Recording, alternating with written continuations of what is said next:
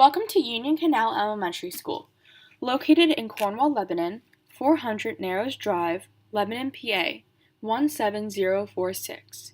I was able to observe a first grade inclusive classroom under the direction of Miss Jen Schmidt. Dates visited were October 5th, October 19th, and October 26, 2016, from 8 a.m. to 12 p.m. This is Miss Jen Schmidt's first grade classroom. Underneath is her email address at jenschmidt@clsd.k12.pa.us, and underneath that is a link to her website. Miss Schmidt has been teaching first grade for 5 years at Union Canal. She previously taught 10 years of computer technology. Miss Schmidt graduated with a bachelor's degree from Lock Haven and her master's degree from Wilkes University. When observing at Union Canal, I was able to see math time, calendar time, and reading time. And after I left, Miss Schmidt continued to teach English, science, and history. This first grade classroom had 17 students, and majority of these students were male. There was one male student who had high-functioning autism. There were 4 students with specific learning disabilities in reading comprehension. Majority of these students were females. About 50% of the families at the school were from low-income households, which meant that 50% of the students got free breakfast along with free or reduced lunch. The ethnic makeup of Union Canal was mostly 50% Caucasian and 50% Hispanic. There were a few different educational centers available for these students if they had free time after class, including a coloring packet dedicated to the month that they were currently in, which was October. There was a library with chairs, so the students could have the choice to read, since many of them cannot afford to get new books all of the time. Last but not least, there was a computer/iPad center for these students, and it was a big hit because many of these students were not able to have a source of technology at home. One thing that I found as a helpful accommodation was having a number line on each student's desk.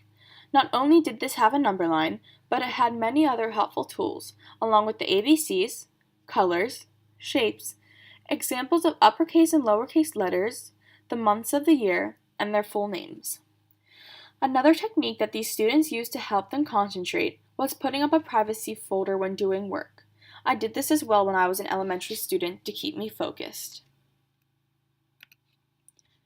Another accommodation that I noticed was that the male student with autism was seated close to the teacher's desk and closest to the blackboard, so she could keep an eye on him to make sure that he was paying attention, along with making sure that she was meeting his needs. This is his desk right here. I did not observe many in-classroom accommodations for the students with specific needs. All of the students had the same amount of work, and it was all the same content, no modifications. If the students did not finish their work on time, their work was put into a recess bin. This meant that the students who didn't finish had to lose their recess time, which is critical to a young child's mental process. It was easy for some students to lose recess because of students being pulled out of class. About 5 students get taken out of class for reading comprehension, and this is the schedule on the backboard on the bottom of this tree of the students who get taken out. The one student with autism also gets taken out at 10 a.m. every day for occupational therapy, and this is right in the middle of math. There's also 3 boys who eat breakfast in the morning that the school provides to them.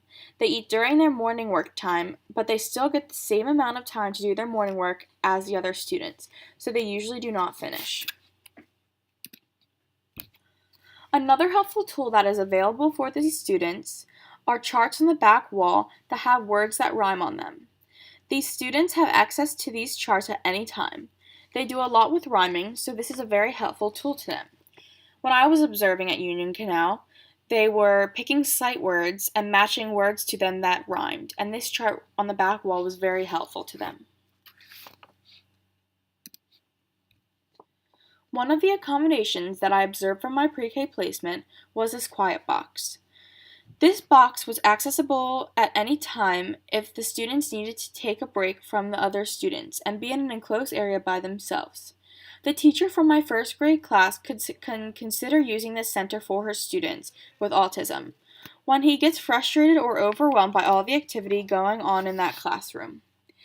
This box could also be used for students that cannot focus on their work and need to be secluded in order to focus.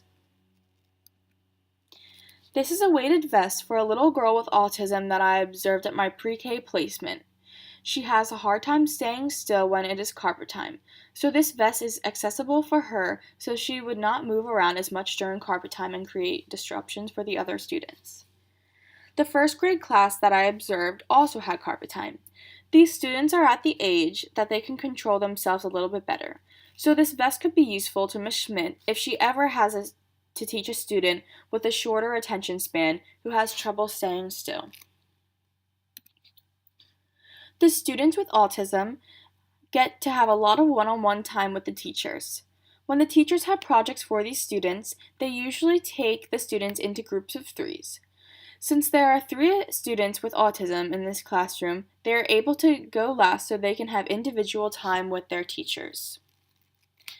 And there are 3 desks here that they do use. There are also people who come in and out of the classroom, and they are usually speech pathologists working with some of these students. They worked with one of the little girls with autism for verbal communication, and her teacher described to me that they were working with her on giving back answers that made sense. Growing up, I had always had a heart for individuals with autism. I felt like I always understood them, and I loved interacting with them.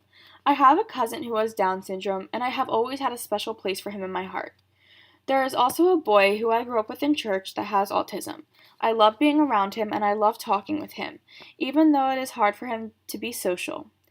We formed a special connection over the years, and his parents would always thank me for being like a big sister to him. My junior and senior year of high school, I was very involved in our choir program, and I was always very close to my teacher. She told me that she was going to start teaching an adaptive music class. I was so excited because it was the same period as my study halls, and I was able to go down and dedicate every study hall to singing and dancing with these students. Not only was I helping teach them music, but they taught me about my passion for working with students with autism. Their personalities were so beautiful, and I would not have traded singing and dancing with them for anything else. My first impression of my placement was a very good one. I was able to see the passion that these teachers had for teaching their students. Going into these placements just made my heart grow stronger for teaching and made me more excited to one day impact one of my own students, just like these teachers were doing for theirs.